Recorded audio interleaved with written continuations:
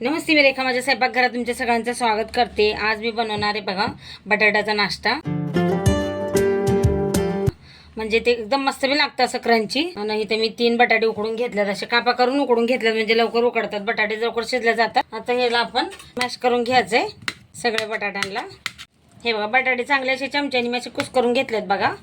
आता ह्याच्यात टाकणार आहेत मी इथं मी जसे जाड अख्खी लाल मिरची आणि काळी मिरी मिक्स करून वाटून घेतलेत मिक्सरला, असे जाडसरच वाटून घेतलेत। आणि आता इथं मी थोडीशी लाल मिरची टाकणार आहे, थोडीशी आपली कुटलेली लाल मिरची। आता ह्याच्यात टाकणार आहे मी चवीपुरतं मीठ। आणि इथं आता बघा घेतले मी 2 चमचे तांदळाचे पीठ घेतले आणि 2 चमचे कॉर्नफ्लोअर घेतले, लहान चमच्याने घेतले। पण आता ह्याच्यात टाकते त्याच्या पिठाने काय ना मस्त लागतात, असे कुरकुरे होतात बाहेरून। आणि आता ह्याच्यात बारीक चिरलेला कोथिंबीर, आता हे सगळं मी मिक्स करून घेते। हे बघा असं मिक्स करून घेते। आता हे बघा चांगलं असं मिक्स करून घेतलंय बघा मी सगळं। तुम्हाला ज्याच्यात कुठली भाजी वगैरे टाकायचं असेल जसं गाजर म्हणा, शिमला मिरची म्हणा टाकू शकता। आता ह्याला मी फुलपाटावर घेणार आहे असं लाटायला। इथे बघा फुलपाटावर मी थोडंसं पीठ घेतलंय तांदळाचं, असं लावून घेते म्हणजे असं खाली चिटकणार नाही ते। हे बघा असं गोळा बनवून घेतला असं आपण पिठाचा, एकदम पिठासारखं। आता याला मी लाटून घेणार आहे बघा, असं चौकोनच लाटून घेते आणि याचे असे मी छोटे छोटे असे पीस करून घेणार आहे। जसं तुम्हाला वाटेल तुम्ही त्या आकाराचे पीस करू शकता। आता याला लाटून घेते मी असं हलकं हलकं असं।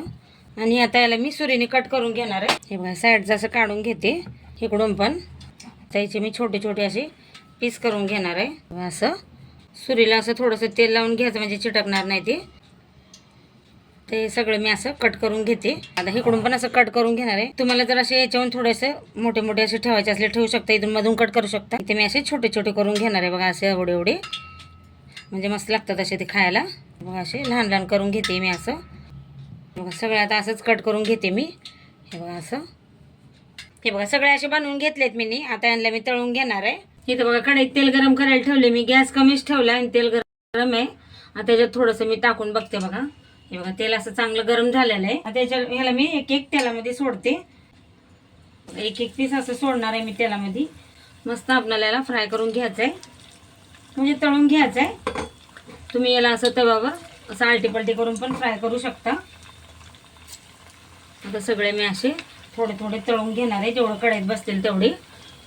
हे बघा आणि तवर आपल्याला याला टच नाही करायचं असं। हे बघा आता याला मी पलटी करून घेते असं। हे बघा किती मस्त असं कलर आलाय। याला अजून थोडंसं मला तळून घ्यायचं आहे चांगलं, म्हणजे मस्त असं बाहेरून असं खरपूस आणि आतून नरम असतात हे आणि लय मस्त लागतात खायला। तुम्ही चटणीसोबत खाऊ शकता, असं बी खाऊ शकता तुम्ही।